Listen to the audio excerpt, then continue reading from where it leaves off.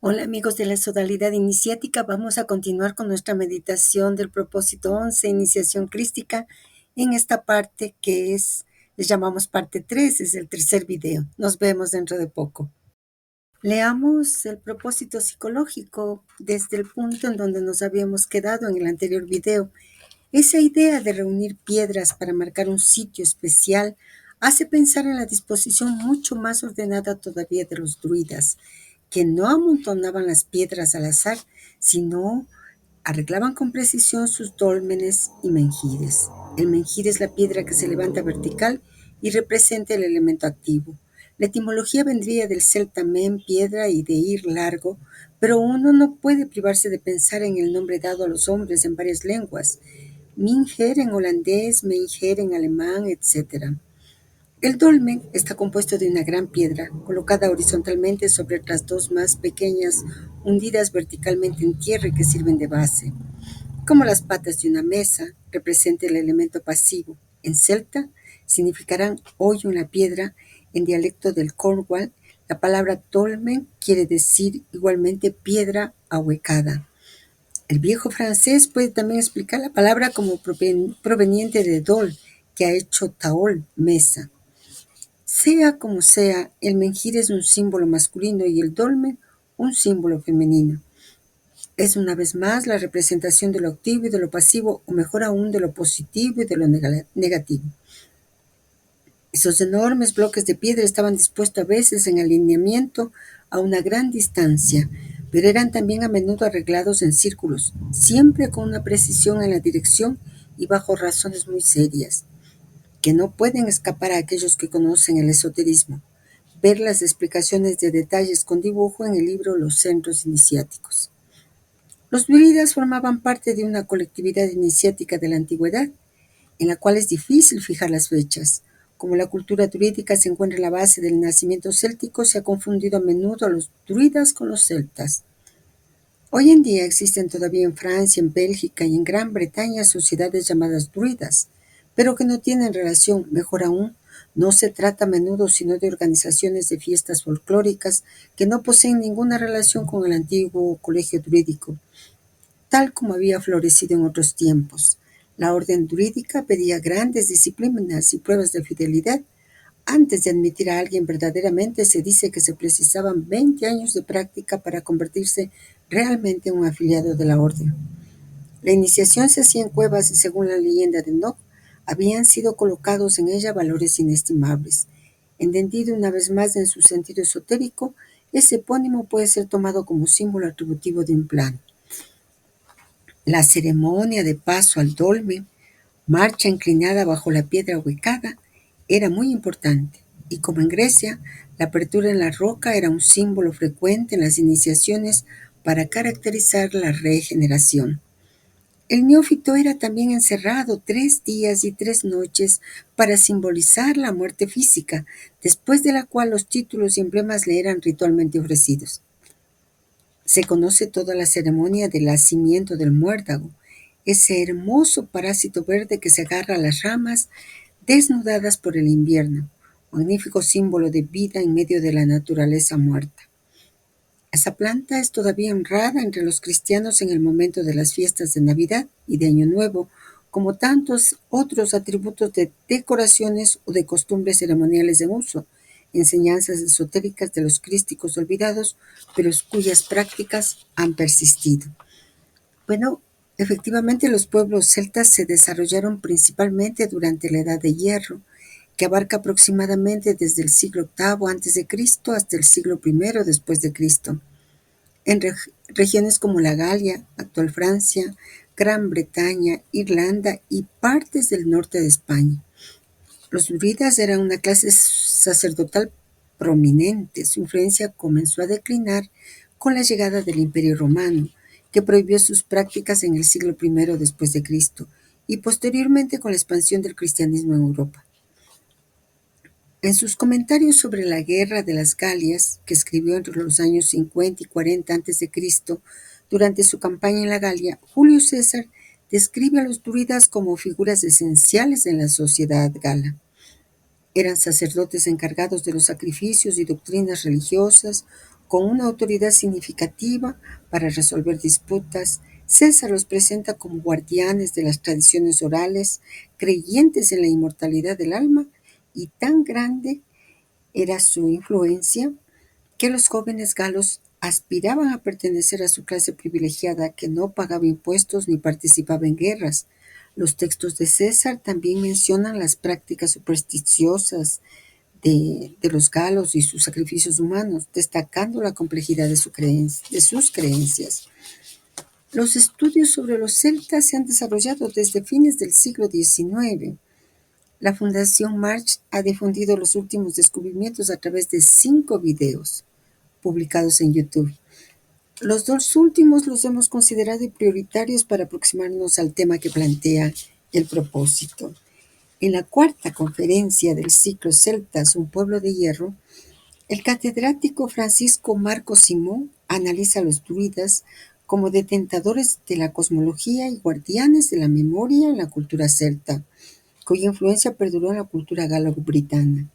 Se explora la reconciliación entre las representaciones literarias de los druidas y su realidad histórica mediante fuentes arqueológicas. Simón cita las obras que escribieron sobre los celtas, considera que Poseidonio y Julio César nos dan datos más creíbles. La diferencia entre los dos estaría en que Poseidonio considera que los druidas tenían una tripartición funcional, mientras que Julio César consideraba que su función era integral. Escuchemos lo que Simón nos dice. Los druidas engloban todos los dominios de la religión. Es Julio César el que da una idea más clara del druidismo, pues es precisamente su carácter sagrado por el cual los druidas aparecen como jueces, como árbitros supremos, garantizando el orden establecido. Es precisamente la integralidad de las funciones del druida, más allá de la cosmología, más allá de los ritos religiosos, lo que explica algo muy extraño en la historia de un politeísmo como el de los romanos. Me refiero a la prohibición primero y a la persecución después por parte de las autoridades romanas. Los romanos viven en un sistema politeísta que no conocen prohibición o persecución. Los druidas, en definitiva, encarnarían una sapiencia divina que también es puesta en relieve por la filosofía estoica, para la cual también la ciencia y la religión eran una sola situación a partir de la fuerza vital del universo y la simpatía cósmica entre sus diversos elementos. De los estudios que se han realizado, Simón señala que los galos practicaban sacrificios humanos, pero de los estudios arqueológicos realizados, la conclusión es que ni los celtas hacían tantos sacrificios humanos, ni los griegos y romanos hacían tan poco. Etimológicamente, druida significaría los muy sabios, los conocedores del árbol cósmico. Por eso, llevaban a cabo su enseñanza en remotos bosques a lo largo de 20 años. Árbol cósmico que comunica los 3 mundos del universo. Albio, mundo alto; Vitu, mundo intermedio, la tierra en que vivimos; y Duvno, el mundo infernal. No consideran lícito poner por escrito su enseñanza, mientras que en todas las demás cosas, negocios públicos o privados, usan las letras griegas. En primer lugar, pretenden convencer de que las almas no mueren, que después de la muerte pasan de unos a otros, y consideran que así incitan a la valentía, pues se desprecia el miedo a la muerte. Razonan y enseñan a la juventud muchas cosas acerca de los astros y su movimiento, sobre el tamaño del mundo y de la tierra, acerca de la naturaleza de las cosas, de la fuerza y la potestad de los dioses inmortales. De los últimos estudios se podría decir que los druidas procederían de Britania y se asientan en la Galia, pero hay estudios que consideran que los druidas están en todo el ámbito céltico. El texto de Plinio alude a la recogida del muérdago. Los druidas, así llaman a sus magos, nada tienen más sagrado que el muérdago y el árbol que lo porta, si se trata de un roble. Consideran que todo lo que crece sobre los robles ha sido enviado por el cielo y lo tienen por un signo de que el árbol ha sido elegido por la propia divinidad. El muérdago, no obstante, se encuentra rara vez en el roble, y cuando es descubierto se recoge con una gran solemnidad, especialmente en el 6.º día de la luna, que para ellos constituye el inicio de los meses y del año, y después del 30.º año del siglo, pues es entonces cuando crece en todo su vigor y no a la mitad de su tamaño. No hay documentos que nos puedan decir con exactitud la resistencia de los druidas a la invasión romana. Sin embargo, Tácito comenta sobre la incursión de los romanos a la isla sagrada de Monas. Lo que está claro es que una vez producido el triunfo de Roma, se produce una desaparición de los druidas, una neutralización histórica. Augusto I se manifiesta con la prohibición del sacerdocio a los ciudadanos romanos. Tiberio reitera esta prohibición y Claudio prohibió definitivamente la religión cruel y atroz de los druidas. Esas medidas tomadas por Roma determinaron un exilio interior de los druidas a habitar en espesuras profundas y remotas de sus bosques sagrados, como dice Lucano. Si no hay ningún testimonio directo de los druidas, sin embargo, hay una serie de sacerdocios indígenas en epigrafía latina que pueden documentar la persistencia de las funciones druídicas en una sociedad ya galo-romana.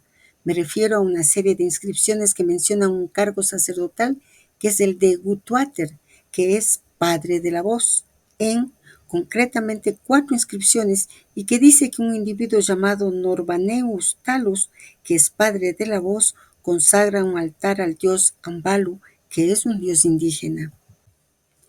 Estos incenciarios tienen 4 inscripciones correspondientes a cada uno de los puntos cardinales. En estas inscripciones se mencionan unos omnipotentes poderes de los que el dedicante, Caius Verius Sedatus, se reconoce guardián. ¿Qué es esto? Esto se fecha a fines del siglo I y principios del siglo II y es parte de un conjunto ritual. Se refleja aquí la cosmología cuatripartita. Una de las inscripciones mágicas que aparece es el término Dru, término que no aparece en los términos egipcios ni griegos, por lo que se puede considerar que pertenece a una de las característicos sacerdocios druidas. En otros lugares aparecen dioses o capiteles con 4 cabezas, siempre con división cuatripartita, con el quinto en el centro, como se ve en la Galia de Asia Menor, según Estrabón, y que encontramos en las 4 partes de Irlanda, con el quinto en el centro. Cualquier intento de comprender a las antiguas civilizaciones pasadas no es posible sin comprender cómo medían el tiempo.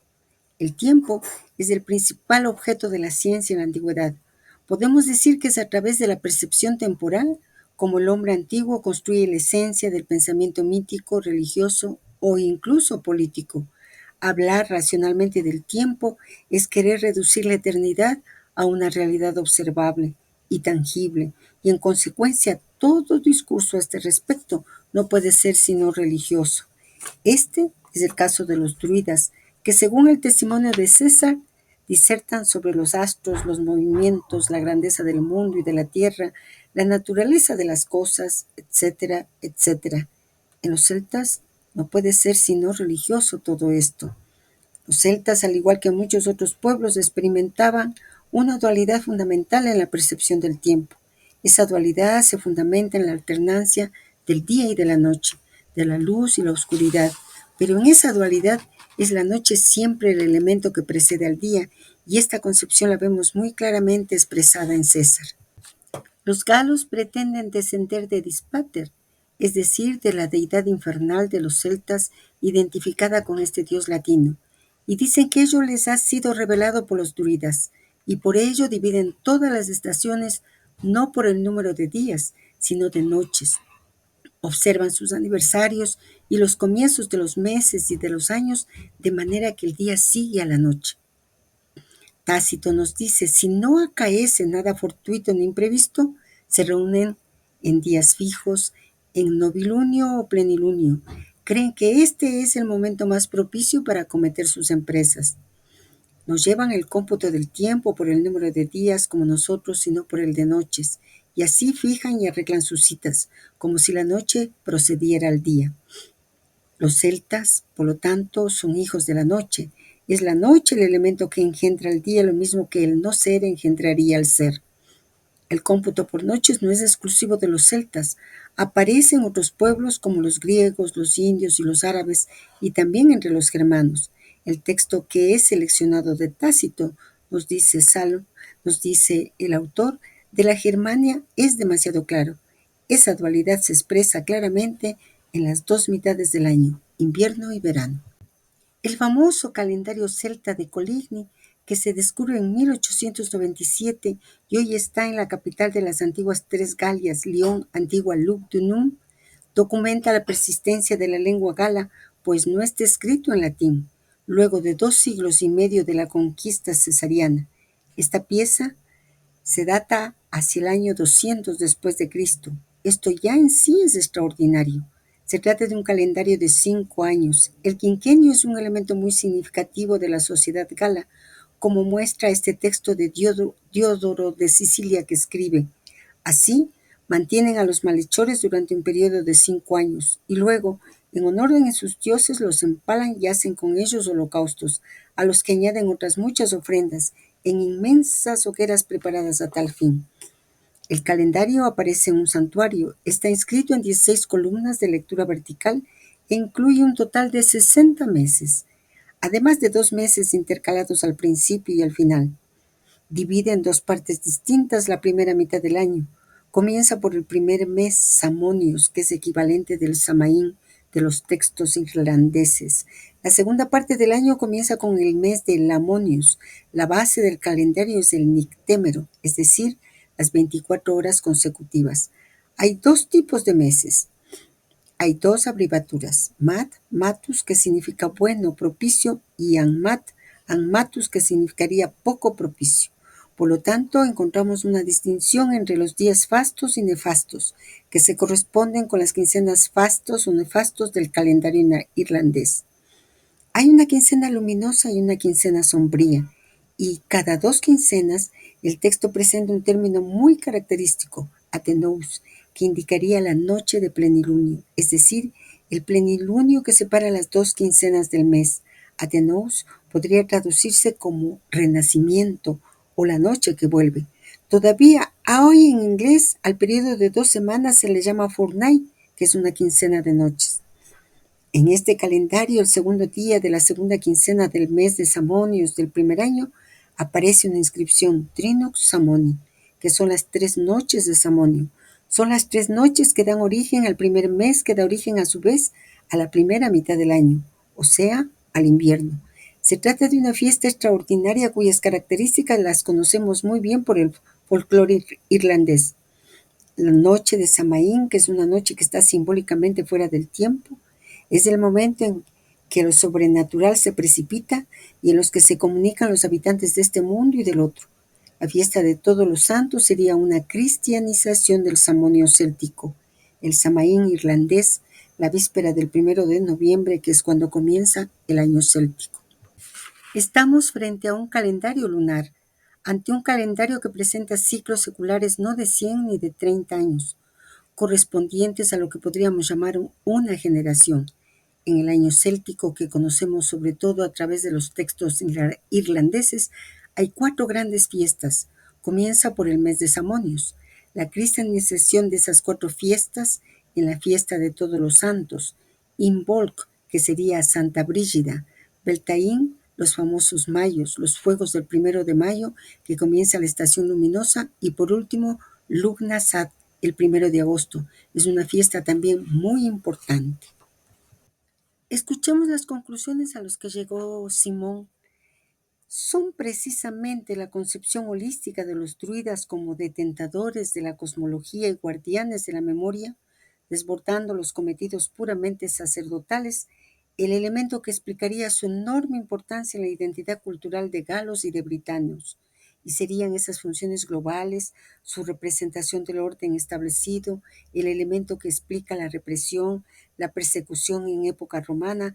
A partir de entonces surgirán nuevos sacerdocios siguiendo las pautas marcadas por Roma a partir del santuario de las tres Galias, sacerdocios que ya pueden ocupar los ciudadanos romanos como los gutuatres y que podrían haber recibido algunas de las antiguas funciones de los druidas. Transmisión oral, enigma, metáfora, son las características que da Diodoro de Sicilia para el lenguaje de los galos. Las metamorfosis, la ambigüedad orgánica, son los elementos claves del pensamiento druídico, como ha señalado Roger Calois, expresado en y por la liturgia. El enigma contiene la suma de las correlaciones por las cuales se revela la escondida arquitectura del universo, una arquitectura que los druidas conocían especialmente bien, y esa vigencia enigmática de los antiguos celtas y de los druidas queda explícita con la cita del gran Yeats, Premio Nobel de Literatura. La quinta conferencia a cargo de Silvia Alfayé Villa explora los sistemas religiosos de la antigua céltica a través de la arqueología, la antropología y otras fuentes. Describe varios rituales celtas y sus espacios, desde santuarios cerrados hasta espacios naturales como bosques y cuevas, donde se conservan recintos e inscripciones. Para concluir, Alfayé explica la práctica ritual del sacrificio humano y analiza algunas religiones no paganas de inspiración celta. De lo que cuenta Silvia Alfayé, a los pueblos celtas les ocurrió lo mismo que a nuestros pueblos. Se les leyó desde la estructura mental de los conquistadores, en su caso los romanos, que les consideraban pueblos bárbaros. Ella habla que en las religiones célticas ciertos elementos naturales fueron considerados una manifestación de lo sagrado y por tanto serían utilizados para comunicarse con lo divino. Gracias a algunos nombres, se sabe que los celtas consideraban sagrados algunos árboles, especialmente la encina, el tejo y el roble, y también sus bosques. Otro texto clásico transmite que los druidas tenían como lugar de residencia y donde transmitían sus enseñanzas eran los bosques. Escuchemos a Silvia Alfayé. Una topografía fundamental de culto para los pueblos de la Céltica antigua era el agua, cursos fluviales, fuentes, pantanos, etc. En su imaginario religioso, el agua era un umbral de contacto y también de separación entre dos dimensiones distintas. Era una membrana permeable que al atravesarla permitía acceder a otra realidad, aquella que estaba por debajo de la superficie, y a las potencias sobrenaturales que habitaban en ella. Eran los caminos hacia el más allá a los que se llegaba a través del tránsito acuático. Pero al igual que se puede llegar a lo sagrado, también permite que emerja algo desconocido, por lo que era necesario crear una barrera protectora que libre a los hombres de esas amenazas que puedan emerger de esas aguas. En la escatología céltica, el agua era un acceso al mundo de los muertos, y esa forma de llegar al otro mundo fue concebida de diferentes maneras. Una de ellas es de una isla paradisiaca que estaba en mitad del océano Atlántico y a los que se llegaba navegando hacia occidente. Otro ejemplo es la travesía irlandesa de San Brandán, que llega al país de la eterna juventud. Otro ejemplo es el mito galo en el que el barquero cruzaba el Canal de la Mancha y llegaba a la costa de Bretaña, en Francia. Recogía las almas de los muertos que le esperaban en la playa de la Bretaña francesa para llevarlos nuevamente cruzando el Canal de la Mancha a Britia, que sería Bretaña. Para ellos era el país de los muertos. Esa isla también podía estar en mitad de un lago, y el mejor ejemplo es la isla Avalon de las leyendas artúricas. También se podía llegar en un caldero mágico de la resurrección, como el caldero de Gundestrup. El hecho de que los celtas ubicaran sus necrópolis al otro lado de los ríos era para facilitar a los muertos llegar al otro mundo, pero también para mantenerlos separados de los vivos por una frontera acuática que les resultaría difícil traspasar. La otra topografía natural en la que los celtas realizaron rituales es la cueva, el oscuro pasaje del rito. Al igual que el agua, la cueva era concebida como un portal que daba acceso a otra realidad. Al ingresar en ella, el mundo ordinario va quedando atrás y se va adentrando en un espacio completamente distinto, rodeado de la oscuridad, y en la que el movimiento, el juego de luces y sombras que van realizando las antorchas va creando la sensación de que hay algo moviéndose en esa oscuridad intermitente. Se han encontrado objetos rituales entregados dentro de las cuevas, se han sacrificado animales, quizás también personas. Lo que se ha encontrado en Bélgica es una cueva que está atravesada por un río subterráneo que aparece y desaparece en varios tramos en sus riberas y sus cauces. Se documentan rituales que van desde el Neolítico hasta el siglo III de nuestra era. Enterramientos, sacrificios de animales, depósito de armas, ornamentos, sacrificios humanos. En Irlanda también se encuentran cuevas que son consideradas como el ingreso al más allá. Se la asocia con el ritual de Samaín, que ha dado lugar al degenerado Halloween. Se encuentran en el dintel hoy, hay una inscripción dedicada a una de las diosas. Existe un relato mítico de un héroe que tiene una visión el día de Samaín. Las criaturas terroríficas que habitan en el más allá saldrán de esta cueva y acabarán con Irlanda. Él emprende con una serie de hazañas heroicas, logra derrotar a los muertos y se mantiene el orden del cosmos, y todo esto ocurre en el día de Samaín. Por tanto, es posible que en época céltica se hicieran sacrificios para evitar que los muertos regresaran del otro mundo a acabar con los vivos. La otra topografía natural son las montañas. Los celtas sacralizaron algunas en concreto. Peregrinos acudían a realizar rituales en estas montañas sagradas para rendir culto a los dioses que la moraban. También existieron espacios de culto construidos por los celtas. Son muy numerosos, heterogéneos y muestran una riqueza en su tipología. En ellos se han encontrado restos de sacrificios de animales, inhumaciones infantiles, estelas grabadas con figuras, pero no se conoce el nombre del dios o la diosa a quien se dedicaba. Cuando se hacían sacrificios de animales luego del rito, se repartía entre la población para cocinarlo y repartirlo entre todos. El elemento religioso fue fundamental en la construcción de la ciudad. Toda la planificación se hace a partir del templo central.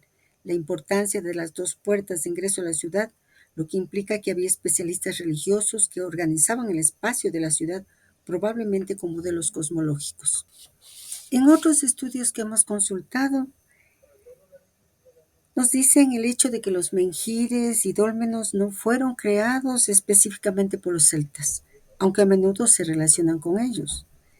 Estas estructuras megalíticas son mucho más antiguas y pertenecen al periodo neolítico, aproximadamente entre el 4000 a.C. y el 2000 a.C., mucho antes de que surgieran las culturas celtas en Europa. Estas comunidades que vivían en Europa y otras regiones eran principalmente agrícolas y pastoriles. Los menhires, que son las grandes piedras verticales, como nos dice el maestro, y los dólmenes, estructuras compuestas por varias piedras formando cámaras o pasajes, fueron probablemente construidas por comunidades prehistóricas con fines religiosos, funerarios o astronómicos. Su función exacta sigue siendo un misterio. Pero está claro que estas sociedades tenían conocimientos avanzados de ingeniería y astronomía para levantar estas piedras masivas. Sin embargo, los celtas que llegaron posteriormente pudieron haber heredado estas construcciones y haberles atribuido nuevos significados o usos en sus propias prácticas culturales. La conexión entre los celtas y los megalitos se han reforzado a través de mitos y leyendas. En las tradiciones celtas, las montañas, ya hemos seguido a los dos expositores, los árboles sagrados, el agua, las cuevas, eran vistas como puertas hacia otras dimensiones, hacia el otro mundo, hacia el más allá, un reino mágico y espiritual. Así que considerar que los menhires servían como esa conexión entre el cielo y la tierra tiene un enorme sentido simbólico. Y es tal vez lo que el maestre quiere mostrarnos, que muchas culturas nos legaron esa visión de unión del cielo y de la tierra, ese eje que conduce hacia el infinito, el árbol cósmico, el roble, el árbol sagrado que une los dos mundos y dio nombre a los druidas como los conocedores del árbol cósmico. La sabiduría de los druidas, basada precisamente en considerar que el cosmos, la naturaleza, nuestro mundo, nosotros, somos parte de un todo gracias a esa fuerza vital que une el universo y es la fuente de la simpatía cósmica entre sus diversos elementos, nos permiten comprender aquello que el maestro reconoce de los druidas, esos crísticos olvidados, pero que nosotros estamos recuperando sus conocimientos fundamentales. Y bueno, antes de despedirnos, tenemos que compartir los enlaces de tanto del Dalai Lama sobre el Om Mani Padme Hum, el mantra de Avalokiteshvara, el del otro lama que enseña cómo entonar el mantra, y obviamente los dos enlaces de estos dos videos que nos transmiten lo que las investigaciones actuales, que ahora son interdisciplinarias y que por eso permiten tanta riqueza y tanto conocimiento, se han dado. Hicimos un extracto para poder comprender mejor y acercarnos a lo que el maestro nos estaba planteando, pero sinceramente hay que escucharles a los dos, tanto a Simón como a Silvia. Realmente es fascinante todo lo que muestran.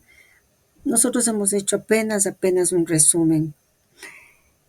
Y también queremos compartirles un enlace donde un músico gallego nos permite escuchar el sonido del carnix que nos recomendó Silvia Alfayé.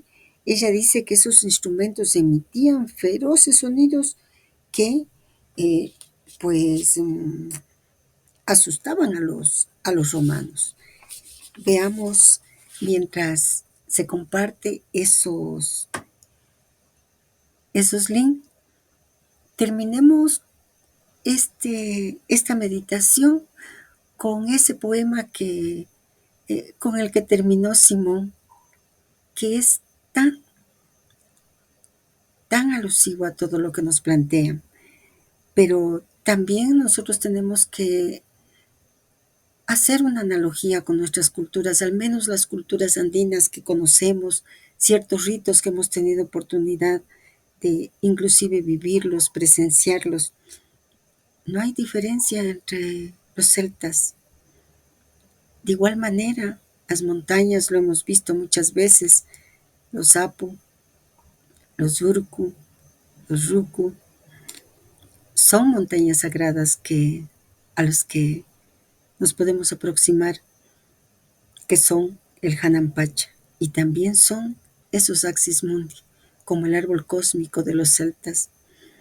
De igual manera, acá también hay árboles considerados sagrados. Uno de ellos es la ceiba. La ceiba también es considerada sagrada acá y también es el árbol cósmico. De igual forma, nosotros tenemos el agua.